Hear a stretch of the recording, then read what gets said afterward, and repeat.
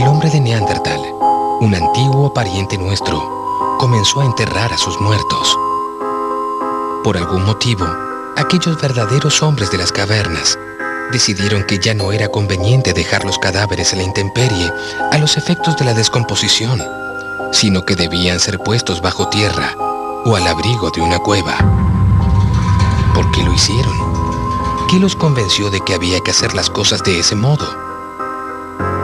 Es casi seguro entonces que por aquellos días, en África o en Europa, ocurrió el primer equívoco. Alguien que no debía ser enterrado despertó con toneladas de tierra encima antes de morir asfixiado. Estas son historias de muertos que están donde no deberían estar, y también son historias de vivos que parecen volver de la muerte.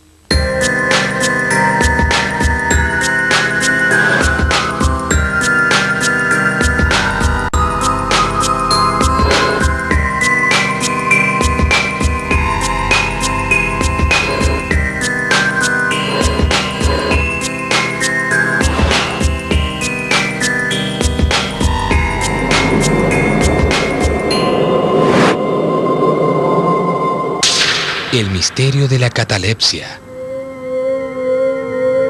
Decenas de miles de años después, en pleno siglo XXI, las cosas no parecen haber cambiado mucho.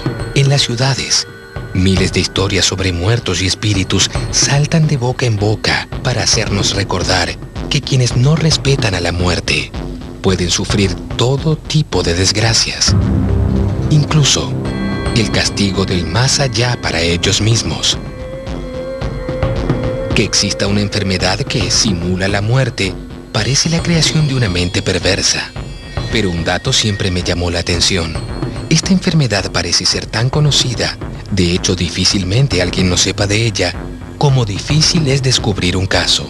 No conozco ninguno, al punto que me pregunto si realmente existe algo así, o si, como en muchos otros casos, es apenas un fantasma más. Otro misterio urbano entre los que pueblan las mentes. Tiemblo de solo pensar que yo pueda estar parado frente a un muerto y descubra o crea percibir un leve movimiento, un sonido. Los expertos la llaman catalepsia. Dicen que es una enfermedad. La persona parece muerta. Por horas no respira ni late el corazón. Ataca de repente, sin aviso. La víctima queda tiesa, con la tez pálida y cerosa durante horas o incluso días. Lo que es seguro es que estos casos jamás han pasado inadvertidos. Uno de ellos ocurrió en Buenos Aires, Argentina, cuando recién comenzaba el siglo XX. La historia que se cuenta es conocida por buena parte de los porteños. De hecho, desató una verdadera psicosis en la ciudad. Tiene los condimentos perfectos para un relato. Una protagonista joven, bella y muy rica. Una muerte sorpresiva, un cementerio, un ataúd destrozado por dentro. La protagonista tiene nombre. Se llamaba Rufina Cambaceres y su padre era el dramaturgo Eugenio Cambaceres, una persona famosa por aquellos días.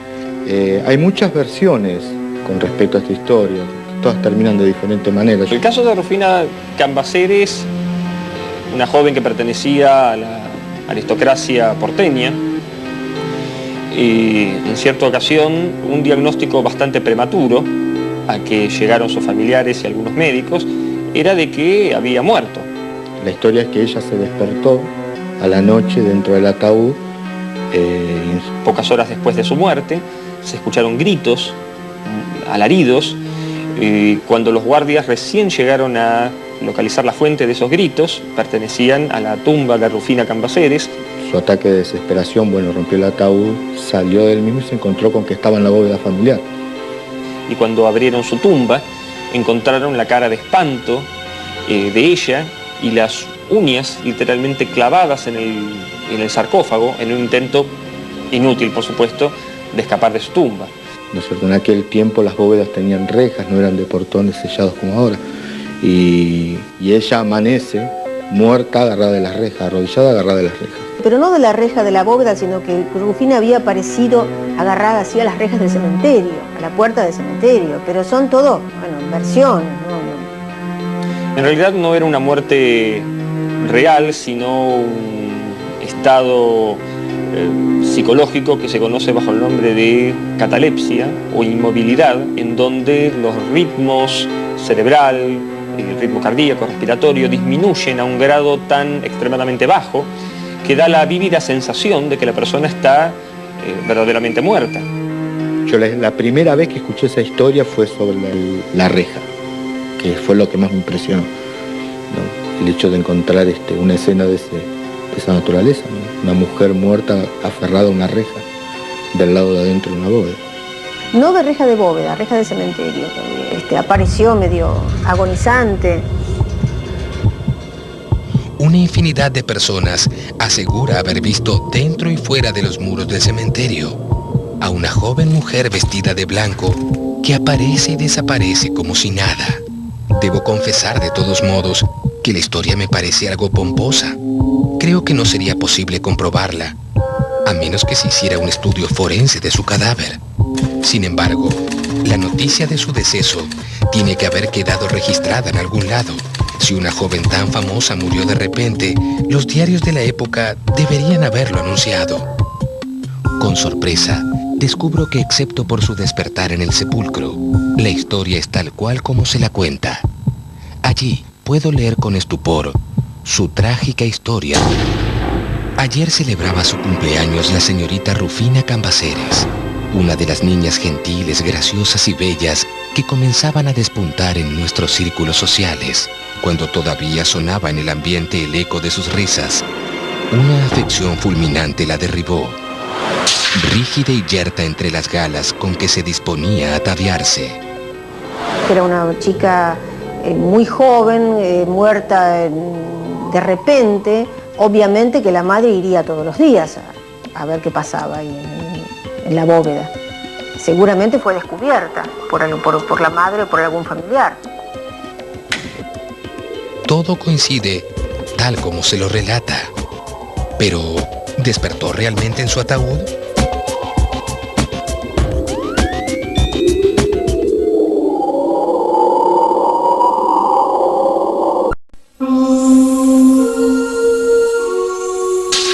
El misterio de la catalepsia.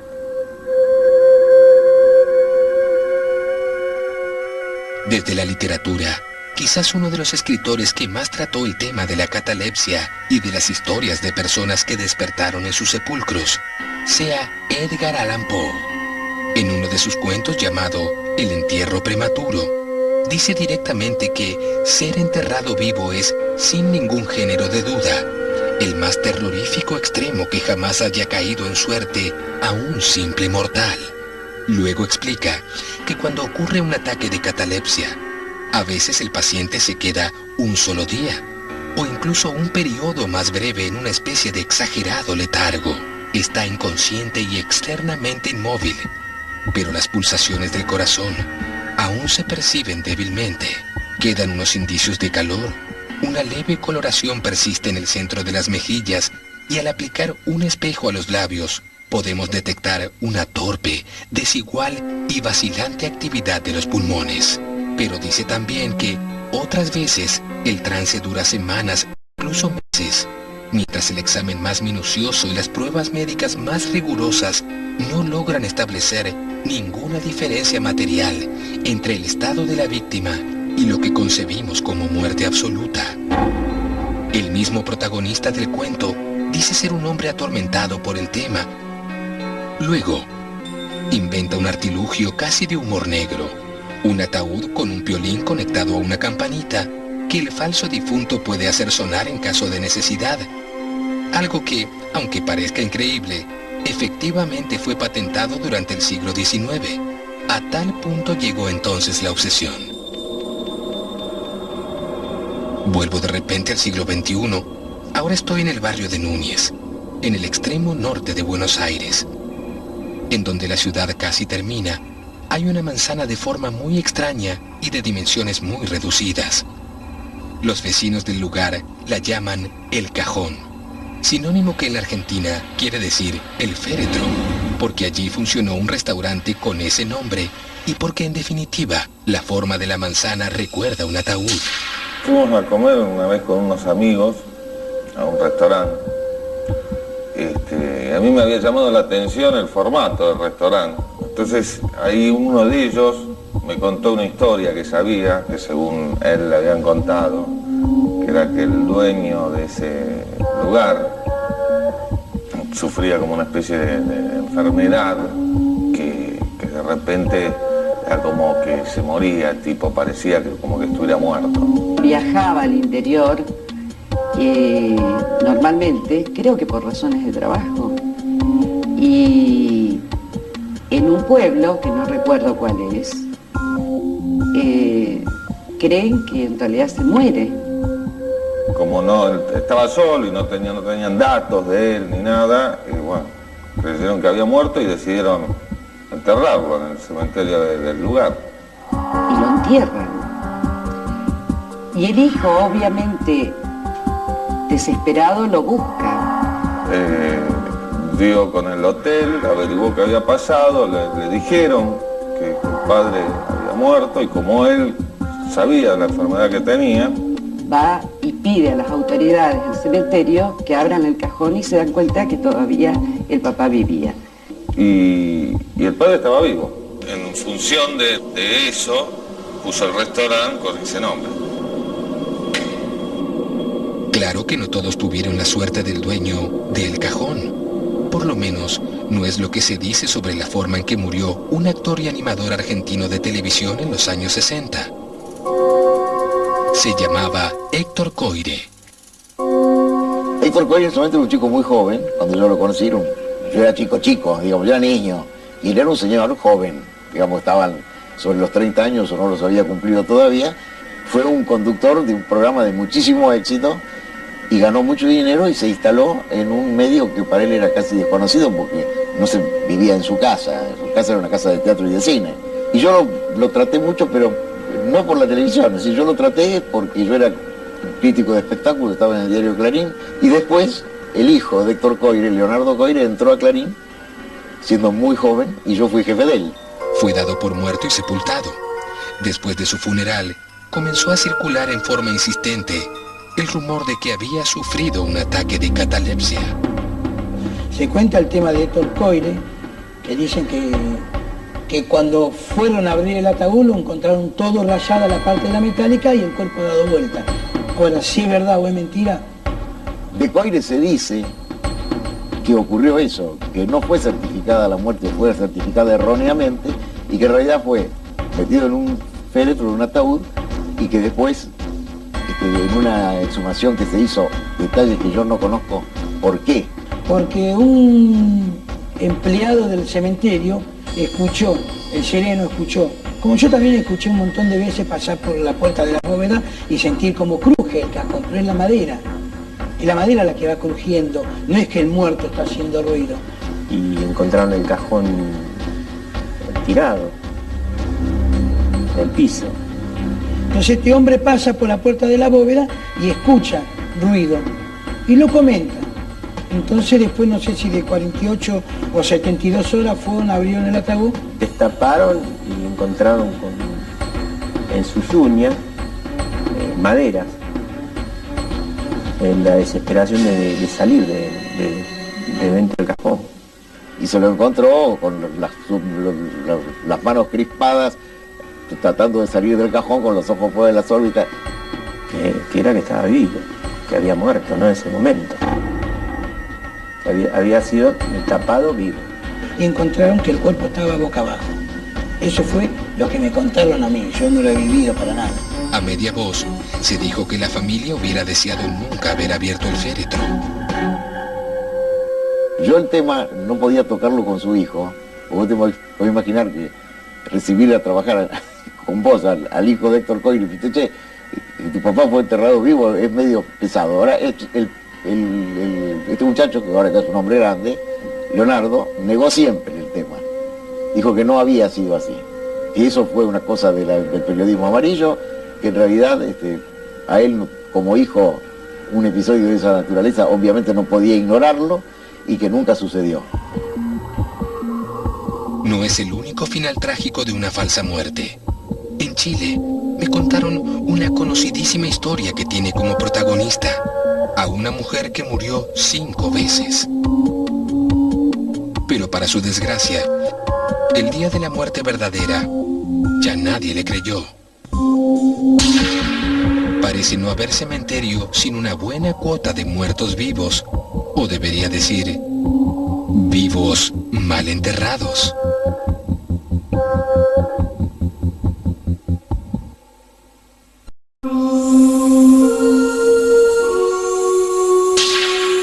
El misterio de la catalepsia. Vuelvo al cementerio a visitar a Rufina. Pienso en su juventud trunca, en su desgracia, en el horror de despertar en un féretro. ¿Se habrá dado cuenta de dónde estaba? Y de repente, como si una voz me llamara desde adentro del sepulcro, creo ver una clave que en realidad estuvo visible todo el tiempo. Su propia tumba. Es una de las más bellas y tristes del cementerio. Precisamente está ornamentada con una estatua de una hermosa y joven muchacha que con total naturalidad, aunque con un dejo de melancolía en su rostro, parece estar cerrando la puerta de su bóveda tras salir de ella. ¿Es una casualidad o una macabra señal de su verdadera desgracia? Rufina Cambaceres es un personaje histórico real. Muere además, para reforzar lo trágico del asunto, el mismo día en que cumplía los 19 años, vestida de gala, porque iba a una velada en el Teatro de la Ópera. Luego se descubre que en realidad la joven había sido enterrada viva y de que ella trató, se descubre esto porque quedan marcas en el ataúd y huellas de desplazamientos que ella intentó hacer para poder salir del cajón. Todo esto está dentro de un marco de época donde circulaban temores semejantes. Mucha gente tenía miedo de ser enterrado vivo. El tema pasa de que la catalepsia es algo cierto, o sea que dentro de lo que puede llegar a ser una leyenda urbana, tiene algo de realidad, ¿no? Parece obvio para todo el mundo que las necrópolis se han hecho para que los muertos descansen. Y quien se atreva a desoír esa verdad puede pagarlo caro. Así como la historia de Rufina Cambaceres marcó a toda una generación a principios de siglo, otra mucho más cercana dejó su sello en los argentinos que hoy andan por los 30 o 40 años. En casi toda América Latina se conoce al compositor y cantante Charly García. A principios de los años 70, Charly García, entonces un adolescente, se unió al músico Nito Mestre para formar el dúo Sui Generis. La mayoría de sus canciones se hicieron tan famosas que es difícil encontrar a un porteño que no la sepa cantar. Precisamente una de las más célebres merece especial atención. Se llama Rasguña las piedras. En el poema, Charly García le ruega a alguien que respire todavía antes de pedirle que rasguñe las piedras hasta él. ¿Qué es lo que está diciendo? Excepto que se piense que está cantada para un cataléptico que fue enterrado vivo. Entonces cada estrofa adquiere sentido. Supuestamente es una historia verídica eso, que pasó con una novia que tuvo Charly García, que la enterraron viva. He escuchado la teoría de que Charly García le canta el tema a una novia que está muerta y todo eso, pero en realidad hasta donde yo sé, lo ha explicado Charly García y lo ha explicado Nito Mestre varias veces, que en realidad no tiene nada que ver y que sencillamente eso ha sido un rumor que se ha tejido alrededor del tema, pero que no guarda relación con la realidad. Creo que es verdad que a la chica la enterraron viva. ¿Por qué? ¿Por qué ni siquiera la desmentida del propio autor de la canción logra quitar la idea de un entierro por error de la mente? ¿Tendrá entonces razón Edgar Allan Poe? ¿Es esta la peor pesadilla imaginable para un ser vivo? ¿Por qué tengo la impresión de repente de que no hay más catalepsia? Todas las historias que conozco, al fin y al cabo, parecen haber ocurrido hace tiempo. Ninguna, por ejemplo, durante los últimos 10 o 20 años. Empiezo a confundirme. De repente descubro que mi investigación, si bien se va plagando de datos, carece de uno esencial. Aún no tengo la palabra de los médicos. Un especialista podrá aclarar si la catalepsia realmente existe o no. Bien, catalepsia en primer lugar no es una enfermedad. La catalepsia es un síntoma que se puede presentar dentro de diferentes enfermedades y se presenta particularmente con, digamos, una pérdida brusca de la sensibilidad, del control motor de la persona y de la voluntad. Por lo tanto, una persona que sufre de catalepsia pierde el control de su cuerpo y, digamos, no responde a ningún estímulo. Los estados catalépticos pueden durar desde segundos a minutos, inclusive hay estados que pueden durar horas y en muy pocos casos podrían llegar a durar algunos días. Hoy en día, digamos, los cuadros de catalepsia que duren días no se ven. De todas maneras, un estado cataléptico no es un estado de muerte, por lo tanto, digamos, volviendo al tema particularmente de la catalepsia, los signos vitales estarían presentes, ¿sí? Movimientos respiratorios, ritmo cardíaco, aunque estén bajos, aunque estén tan bajos que sea difícil de determinar, existirían los signos vitales y también existiría actividad cerebral, que hoy en día se puede detectar con un electroencefalograma. Mi investigación sobre la catalepsia ha llegado a un extraño puerto. No me siento frustrado, pero si bien he logrado responderme varias preguntas, se me abren muchas nuevas. Si hoy parece algo bastante vago, la catalepsia sin dudas resultó una verdadera pesadilla para las generaciones anteriores. Dicen, de hecho, que una de las costumbres más difundidas hoy en día, la de velar a nuestros seres queridos, nació precisamente para prevenir una posible catalepsia. El velatorio no sería, como lo entendemos, la dolorosa despedida de ver por última vez al difunto. Sería la decisión inconfesable de dejar pasar un buen rato y asegurarnos así de que el muerto está bien muerto y ya no va a despertar jamás.